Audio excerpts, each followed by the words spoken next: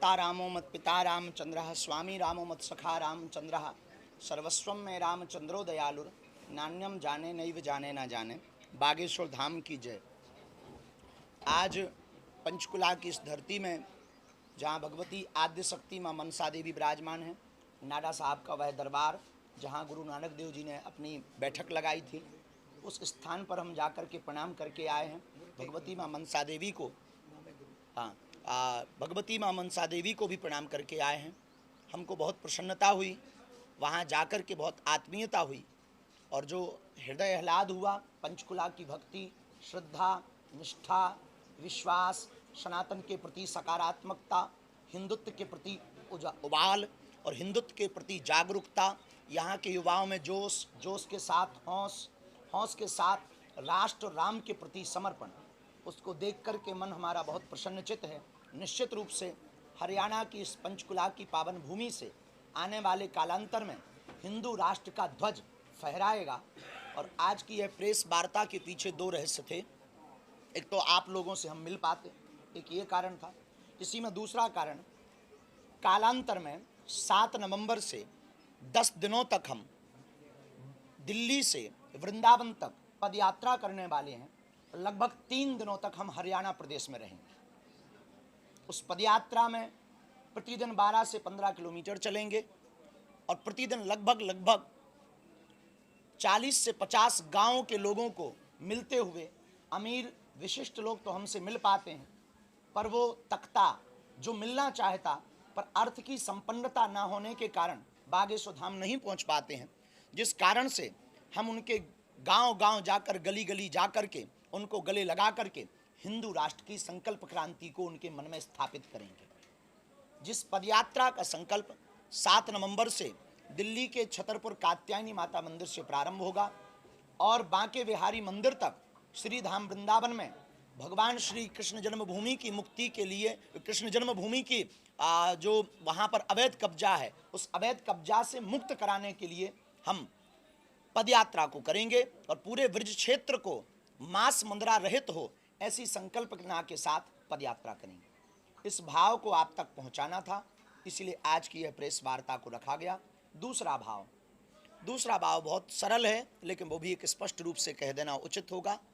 अभी एक न्यूज़ जो छपी थी यहाँ से, निश्चित रूप से एक बहुत निंदनीय घटना हुई। एक ही परिवार के 7 लोगों ने अपने शरीर को छोड़ा। आगे भविष्य में इन्वेस्टिगेशन में और रहस्य भी खुलेंगे, जिसमें आत्महत्या प्रथम दर्शिता पुलिस प्रशासन के द्वारा कही गई है और वो एक हृदय विदारक घटना है। भगवान से हम उनके लिए प्रार्थना करते हैं, लेकिन कुछ हमारे बंधुओं ने उसको बागेश्वर धाम की कथा से जोड़ दिया था कि कथा सुन कर के गए और उन्होंने आत्महत्या की।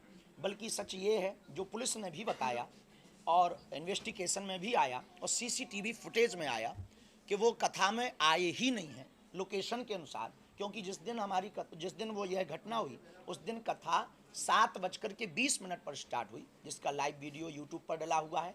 और वह घटना का जो सीसीटीवी जब कार जो कैप्च हुई है कैमरे में, वो 6:40 पर हुई। तो ये एक ऐसी वायरल ये घटना धाम कथा से जोड़ करके पूरे भारत में चल रही थी, जिससे कई लोगों के मन में तरह तरह की बातें प्रकट हो रही थी। तो हमारा स्पष्टीकरण इस पर यह है कि इस प्रकार की अस्पष्ट वार्ता को प्रसारित ना किया जाए, ताकि हिंदुत्व की विचारधारा को ठेस ना पहुंचे, सनातन को ठेस ना पहुंचे और बागेश्वर धाम के श्रद्धालुओं की आस्था पर ठेस ना पहुंचे। शेष आप लोगों की जो भी खुजली हो बोल सकते हैं। लगभग 3 दिन रहेंगे और 7 तारीख से प्रारंभ होंगे, तो 2-3 दिन तो हम यूपी प्रवेश करेंगे और इसके बाद में फिर हरियाणा आ जाएंगे। ये होडल होते हुए आगे का रास्ता हमारे पंजाब में, पश्चिम बंगाल में, दोनों प्रदेशों में हमारा विचार है, क्योंकि हिंदुत्व की आवश्यकता यहाँ बहुत ज़रूरी है, सनातन की आवश्यकता बहुत ज़्यादा ज़रूरी है। सब हमारे अपने हैं, सब हमारा परिवार है, इसमें किंचित मात्र संदेह नहीं है। लेकिन हलीउल्लाह वालों की बढ़ती हुई ताकतें, बढ़ता हुआ धर्मांतरण देश को खोखला कर रहा है, जिस कारण से देश, हमें लगता है कुछ क्षेत्र भारत के ऐसे हैं जो भारत से नहीं चलते हैं, विदेश में बैठी हुई शक्तियों में जो भारत को तोड़ने की संकल्पना को लेकर बैठे हैं, उनके द्वारा चल रहे हैं। इसलिए हम पंजाब भी जाएंगे। पंजाब नहीं, पंजाब, पश्चिम बंगाल और भारत के कुछ ऐसी जगह हैं जो विदेशी ताकतों का अड्डा है, केवल पंजाब में बहुत सारे।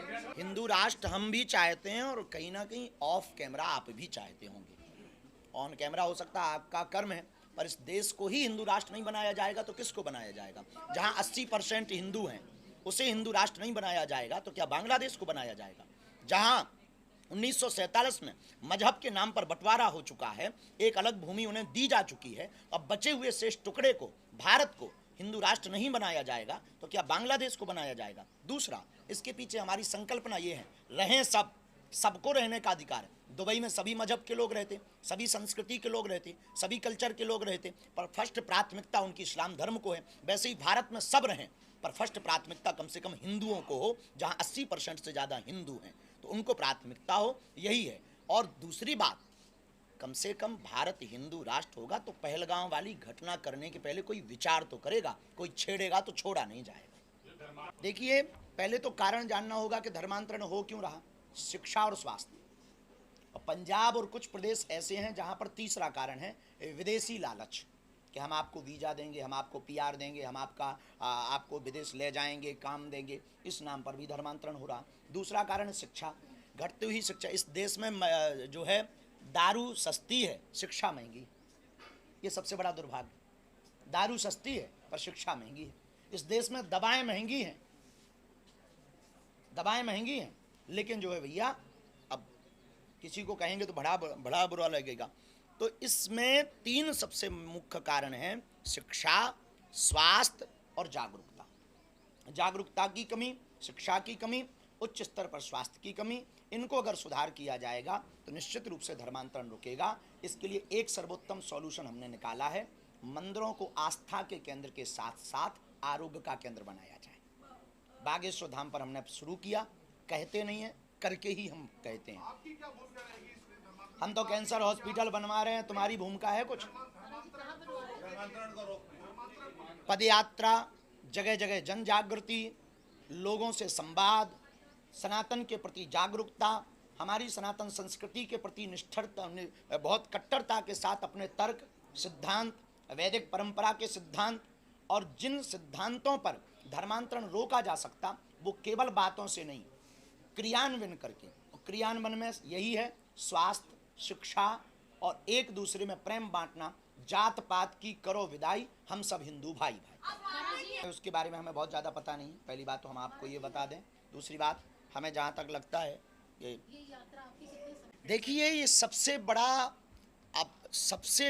कष्ट है इस देश का, जो नासूर बन करके आया है, वो है हलीउल्लाह। और PFI फंड के द्वारा विदेशी ताकतें इस देश में कुछ जगहों पर अपना अड्डा बनाकर कुछ लोगों की साठगांठ और सत्ता के भी कुछ लोगों की साठगांठ के साथ धर्मांतरण को बढ़ावा मिल रहा है। हमारी सबसे बड़ी कमी है कि जो इस देश के हिंदू हैं, रिचिस्ट हिंदू हैं, अगर वो पुअरेस्ट हिंदुओं को सपोर्ट करने लगे तो धर्मांतरण रुक जाएगा। क्या पेट भरा होगा वो दूसरी जगह पे चोरी करके क्यों गोलगप्पे खाएगा? अगर वो कहीं चोरी करके खाना खा रहा, इससे ये सिद्ध होता है या तो फूड पॉइजन हो रहा है, या फूड की क्वालिटी ठीक नहीं है, या फिर केवल जो है बातों में फूड परोसा जा रहा है, प्लेटों में नहीं।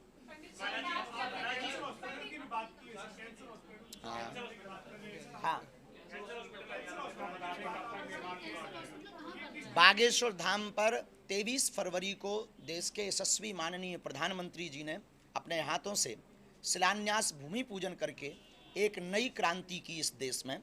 अब तक भारत में अस्पतालों में मंदिर थे, हमारा जो सपना था जो पूर्ण होने जा रहा, अस्पताल में मंदिर नहीं, अब मंदिर में अस्पताल होगा। है तो मल्टी स्पेशलिटी, पहले कैंसर ही चला लें, क्योंकि हमारे क्षेत्र में कैंसर पेशेंट ज़्यादा हैं, पहले वही ठीक हो जाएं, फिर जहाँ चढ़ावा ज़्यादा आएगा, कुछ आप सहयोग कर दोगी तो फिर मल्टी स्पेशलिटी की तरफ चले जाएंगे, फिर और चढ़ावा आएगा तो मेडिकल बना देंगे।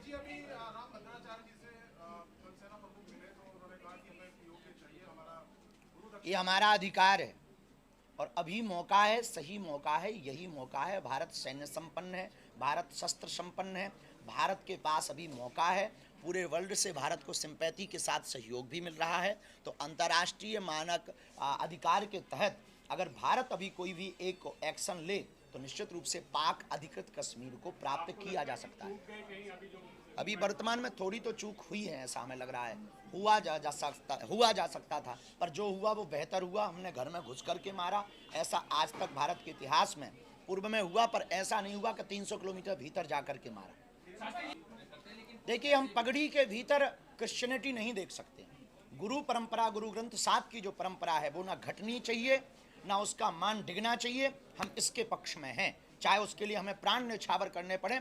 हम गुरु, हमारे सिखों के 9वें गुरु तेग बहादुर साहब जी ने हमारे कश्मीरी पंडितों के तिलक और जनेऊ को बचाने के लिए अपने प्राणों को आगे रखा है। इसलिए हमारा दायित्व और कर्तव्य, संपूर्ण भारतीयों का ये कर्तव्य है कि सिख परंपरा में जो अभी कुछ दिनों से हली उल्लाह वालों ने प्रवेश किया है उस पर पूर्ण रोक लगाया जाए और उनको जो है यहाँ से खदेड़ा जाए, उनकी ठटरी और गठरी बांधी जाए। अब जब चेंज ही कर लिया तो कहने की जरूरत ही क्या है। देखिए, हमको कई बार बड़ी हंसी इस बात पे आती है कि हिंदुत्व में ये सबसे बड़ी दिक्कत है कि बाकी देखना तुम, हमारा सभी मजहब के प्रति सम्मान है, हम किसी भी मजहब के विरोधी नहीं, हम हिंदुत्व के सिर्फ कट्टर हैं। एक बात हम पत्रकार बंधुओं को आपको बहुत खरी खोटी कह के बता दें, स्पष्ट रूप से दूसरे मजहब में आप देख लीजिए, कभी भी वो अपने भगवानों के नाम पर शॉप के दुकानों के नाम नहीं रखते। हम रख लेते हैं Ram boot house, Shyam boot house, कभी उनके ऊ बूट हाउस नहीं होते, या उनके भगवान के नाम पर कभी बूट हाउस नहीं होते, लेकिन हम लोग रख लेते हैं। हम इसके सख्त विरोध में हैं। भगवानों के चित्र जो नाली में जाएंगे, जो नीचे फेंके जाएंगे, ऐसे बैनर, ऐसे फोटो, ऐसे रैपर जिसमें आस्था को ठेस पहुंचे, हमारी प्रार्थना है इन पर पूर्णतया भारत में प्रतिबंध भारत सरकार द्वारा लगाया जाना चाहिए और ऐसी कंपनियां और ऐसे उद्योग जगत के लोगों को सख्त रूप से चेतावनी देनी चाहिए, तभी हमारी आस्था सुरक्षित रहेगी, वरना कुछ लोग ये खिलवाड़ अनवरत करते रहे। देखिए, हम तो तैयार हैं, बाकी धर्मगुरु अगर मिलना चाहें तो हमें कोई दिक्कत नहीं है, क्योंकि हमें समस्या नहीं है। हमें हिंदू राष्ट्र बनाना है, ये हमारा प्रण संकल्प है। हम अपने संकल्प के प्रति अडिग हैं। हम ये नहीं कहते कि हम बना के मानेंगे, हम ये कहते कि हम क्रांति करेंगे। भगवान, फल देना भगवान का काम है। हिंदुओं के अंदर अगर जागृति होगी तो आएगी। दूसरी बात, जो भी धर्मगुरु, चाहे वो हमारे वाले हों या कोई हो, हमारा विरोध कर रहे हैं या हिंदुत्व का विरोध कर रहे हैं, तो एक बात हमें याद आती है। लोग, शुगर होती है तो शुगर टेस्ट करवाते हैं, बुखार आता है तो ब्लड टेस्ट करवाते हैं, हार्ट में कोई दिक्कत होती है तो हार्ट का टेस्ट करवाते हैं। जिनको हिंदुत्व से दिक्कत हो, हिंदुओं को, और हमसे दिक्कत हो, वो अपना डीएनए टेस्ट करवा लें। जय चंदों से ही दिक्कत है, हमें मुसलमानों से दिक्कत नहीं है। मुसलमानों से हिंदू राष्ट्र बनने में दिक्कत नहीं है, हमें दिक्कत है जो हिंदू होकर के हिंदुओं का खाकर हिंदू राष्ट्र बनाने के लिए टांग खींच रहे हैं, ऐसे दो मुआ लोगों से हमें दिक्कत। अगर हम सरकार में होते तो हम ले आते। देखिए, युद्ध ही हर चीज का समाधान नहीं है, युद्ध अंतिम श्रेणी है, साम दाम दंड भेद। कभी बहुत से उपाय हैं, क्योंकि अभी वर्तमान में भारत लैंड लॉक में फंसा हुआ है। लैंड लॉक समझते हो आप जी? अभी वर्तमान में भारत लैंड लॉक में फंसा हुआ है, चारों तरफ से घिर गया। एक तरफ बलूचिस्तान, एक तरफ बांग्लादेश है, एक तरफ भूटान है, एक तरफ पाकिस्तान है, एक तरफ चीन है, चाइना है। चारों तरफ से भारत का लैंड लॉक है। लैंड लॉक तभी खुल सकता है जब पाक अधिकृत जमीन भारत में आएगी। भारत का लैंड लॉक खुल जाएगा और भारत की आर्थिक संपन्नता और दृढ़ होगी, भारत का रुपया और मजबूत होगा, बिजनेस और डेवलप होगा। आप जैसे लोग अगर सपोर्ट करेंगे, जर्नलिस्ट की बहुत ताकत होती है, अगर आप लोग अपनी ताकत लगाएंगे तो हमें लगता है कि हमारी मेहनत सफल होगी, क्योंकि हमें नेता नहीं बनना है, हमें अध्यात्म का सिपाही ही बने रहना है। नहीं, हिंदू राष्ट्र बांटने का काम नहीं है, जोड़ने का काम। नहीं, बिल्कुल नहीं। इसमें क्या है कि मुसलमान परेशान है। जो अगर जैसे मुसलमानों को जितनी स्वतंत्रता हिंदुस्तान में मुसलमानों को है, उतनी हिंदुओं को पाकिस्तान में नहीं, और फिर भी दिक्कत है तो पाकिस्तान नजदीक है, खिसक ले। आरोप, केवल आरोप सरकार पर लगाया जाना ठीक नहीं है, इसका ठीकरा उन हिंदुओं पर भी फोड़ना चाहिए जो हिंदू होकर के उनके लालच में आकर के धर्मांतरण कर रहे हैं। कारण यही शिक्षा है, स्वास्थ्य है, बढ़ती बेरोजगारी है, बढ़ती मारामारी है और भुखमरी है। कहीं ना कहीं ये कारण है, तब तो वो लालच में, या फिर झूठे मूठे चमत्कार हैं। हमने अभी कोई विचार नहीं किया, कुछ किया जाएगा तो कहा जाएगा। हरियाणा बहुत अद्भुत है और एक तो हरा भरा प्रदेश है, सबसे बड़ी बात है ये बहुत प्यारा लगा। पंचकुला भी बहुत प्यारा लगा, बहुत आनंद आया 5 दिन कथा करके।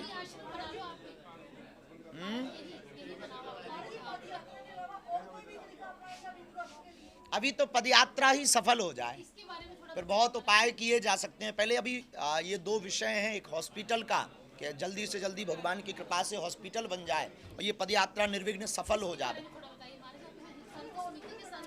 इसमें सभी समाज के लोग, सभी वर्ग के लोग पदयात्रा में होंगे। हरियाणा, राजस्थान, यूपी और दिल्ली 4 प्रदेशों के लोग होंगे। हर जगह के मंडल वहां सम्मिलित होंगे। जगह जगह जाकर के लोगों को हिंदू राष्ट्र के प्रति संकल्प दिलाएंगे। लगभग 22,000 हमारे साधक, बागेश्वर धाम के साधक उस पदयात्रा में पैदल चलेंगे। गांव-गांव के प्रत्येक समाज के व्यक्ति को उसको लाया जाएगा। 10 दिनों तक पदयात्रा चलेगी। प्रतिदिन लगभग 12 किलोमीटर की दूरी तय की जाएगी, क्योंकि हमें आंदोलन नहीं करना है, लोगों को आंदोलित करना है। इस पदयात्रा में आंदोलित करने के लिए लोगों को प्रेरित किया जाएगा। वह इस पदयात्रा में जगह जगह बैठक करके विछड़े व पिछड़े लोगों को गले लगाकर जो भेदभाव, ऊंच नीच, छुआछूत की लड़ाई है, उस लड़ाई को मिटाने के लिए लोगों को प्रार्थना की जाएगी। कानून तो है, पर थोड़ा कानून कड़ा होना चाहिए। किसी भी धर्म के प्रति किसी को भी कहने का या टीका टिप्पणी करने का इस देश में संवैधानिक रूप से अधिकार नहीं है, लेकिन कड़ी अब अभी एक जगह का सफल हो जाए, अभी यहीं का नहीं बन पा रहा है। अबे कहा भगवान कृपा कर दें, सबके जोड़ जोड़ करके एक ईंट जोड़ करके बनवा रहे हैं। हमेशा आकलन तो नहीं है, पर 1-1.5 लाख तो होंगे ही होंगे। खर्चा आप दे दो।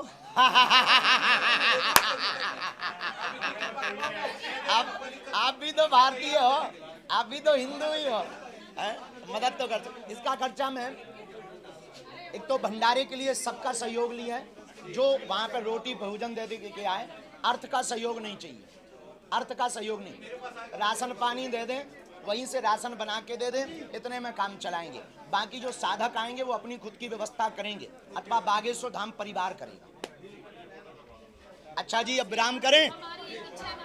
अब सुनो, पत्रकारों के अलावा अभी कोई यहाँ नहीं आएगा, इनकी फोटो होगी, हमारी आज्ञा है। भगवान का नाम और ध्यान घर में रहेगा हर वक्त। सकारात्मक प्रभाव वेदाक्ष धूप बत्ती से।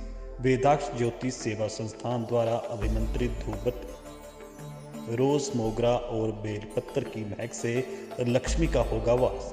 वेदाक्ष धूप बत्ती।